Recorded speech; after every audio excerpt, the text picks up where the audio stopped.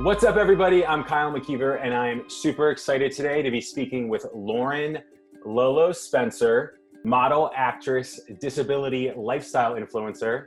What's going on, Lauren? How are you today? I am good. How are you? You were telling me how you were diagnosed with ALS at the age of 14. Yes. But in reality, you classify your condition as being undiagnosed. Yes. Can you speak a little more on that and what your journey's been?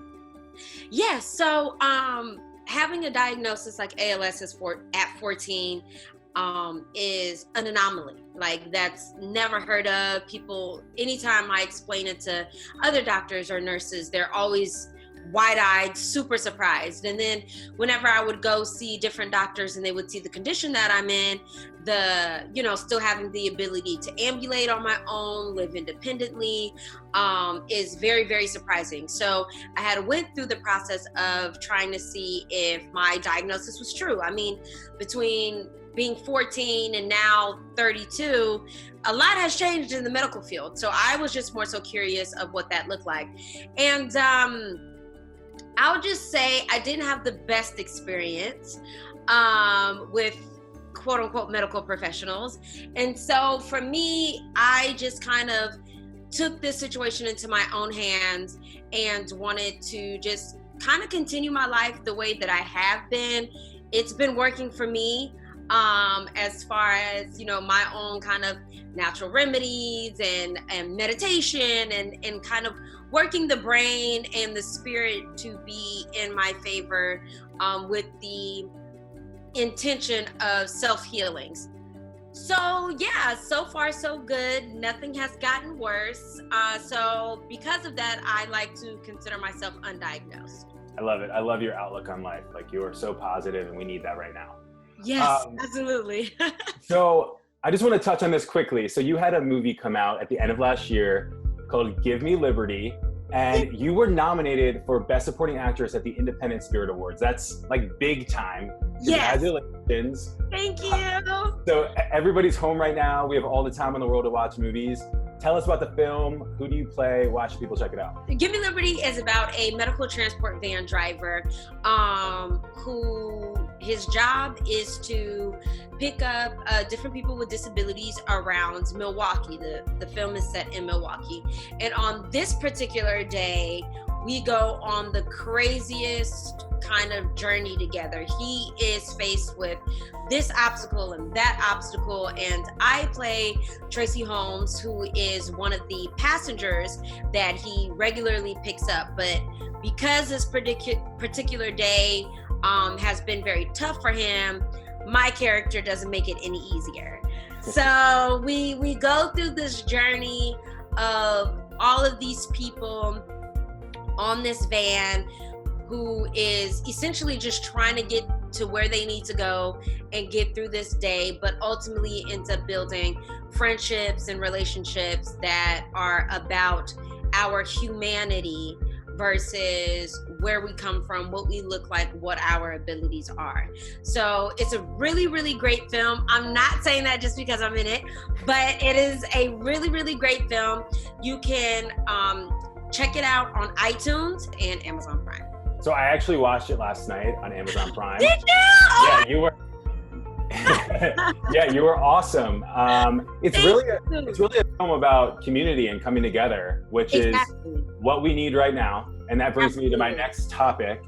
A couple days ago, you posted a video on Instagram talking about the need for people with disabilities to be a part of the conversation when it comes to protection in the midst of the coronavirus outbreak. People with disabilities need to be protected too during this time.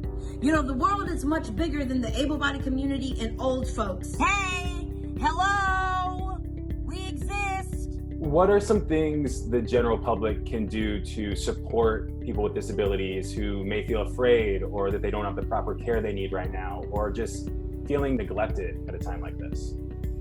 That's a great question. Super loaded answer. So I'm going to do my best to answer based on my own personal knowledge. I think the thing is at this current time, they're telling us to wash our hands, wear the mask, and all of that thing.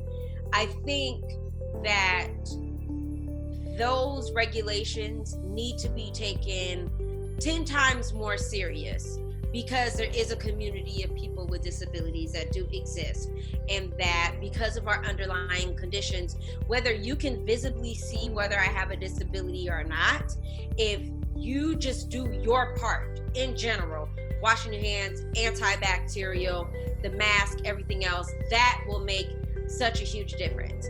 I think the other part of it is, if someone, especially if they don't have a visible disability, but if someone doesn't have a visible disability, listen to them and acknowledge them and respect what they're saying to you, because you don't want to be the person that actually puts this person in jeopardy, and now we have another unfortunate situation on our hands.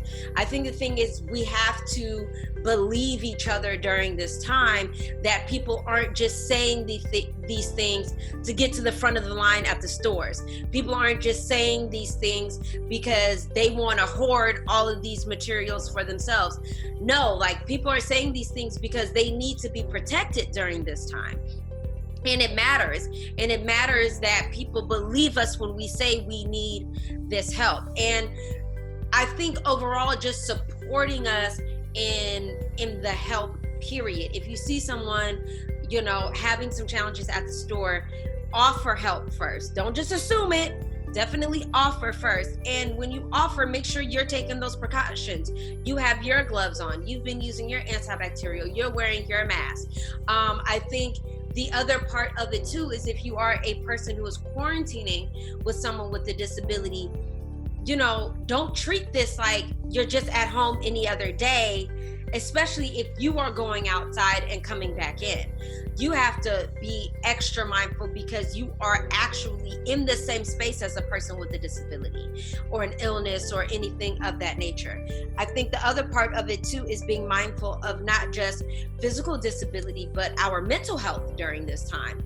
And that doesn't even matter whether you have a disability or not. I think everyone's mental health is really being tested during this time, because our entire existence is not as we used to know it just a few weeks ago.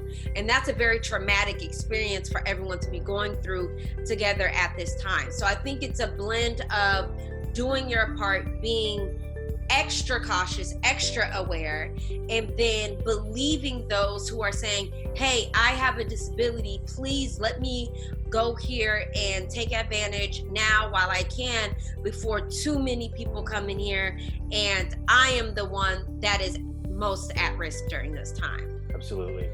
And you spoke about people getting robbed.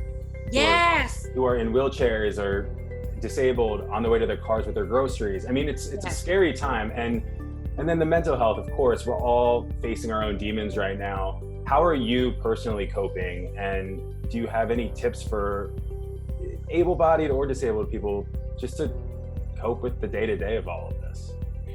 You know what, truthfully, it's been off and on, even for myself. I have my good days and I have my bad days. I have my anxious days. I have my super happy days. I don't know. I'm just all over the place. I feel like right now. Yeah. It's just everything is happening. But what I will say is that during those times where I'm not feeling my best, and I literally feel it, the anxiousness is getting the best of every thought that's happening in my brain, is I take the time to really kind of, in a sense, meditate. I have this little box of sound, so I let birds chirp for 2 hours. I do that too. I have frequencies that I listen to. I love that. It's like rainforest sounds. It's amazing. Exactly. Yeah, I'm gonna share them with you. They're awesome. Yes, please do. Yeah. So I've been doing that every morning, listening to birds chirp. I've been keeping in constant contact with my loved ones, family and friends. Been playing games, going live on Instagram, just doing stuff that the things that I normally would be doing that make me happy, which is being social, being of service to other people, all those things. I try to figure out how to do those from inside of my home, because I am quarantining by myself. So being alone has really been a challenge for me, you know, because sometimes you see others who are quarantining with their loved ones and you're like, man, there's nobody for me to hang out with and there's to talk to or watch this movie together. So I try to find those social things to do without actually having to physically come in contact with others. So I do the meditation thing, I do social fun things, and the thing that I'm always reminded is this is the perfect and prime opportunity to be creative. Oh my God, yeah, absolutely. Never, I don't think, and I pray we never have to go through this ever again, but never will we ever have the opportunity where the entire world has stopped. Mm-hmm. The entire world has stopped. And I don't take that lightly. I take that as a sign like, okay, if everyone is stopping, what am I going to do during this time? So when this is over, I didn't take this opportunity of stillness, like that I didn't take it for granted. You know what I mean? That I really applied this opportunity of stillness to be a chance to grow as a person, to grow as a businesswoman, as a creator, and all of those different things. So it's just a mixture of being creative, keeping my mind and my spirit at ease as much as possible, and being okay with not doing anything. Yeah, that's a big one. Like, because I think, especially if creatives, if you're kind of like a hustler, we have this thing in us, like if we're not doing something, then we're failing, something's not happening. And then it's like, if I'm not doing something, that means this isn't gonna work. And then did I waste my time today? It's like, yo, chill out. Yeah. It's okay to spend a day doing nothing besides watching Give Me Liberty and binge watching shows. I love it. I love it. All right. And on that note, Lauren, you are the best. Thank you so much for taking the time to chat with me. Thank you so much for having me. Everybody, give her a follow on Instagram at It's Lolo Love, and check out Give Me Liberty on iTunes and Amazon Prime right now. Stay home, stay safe, and please stay healthy.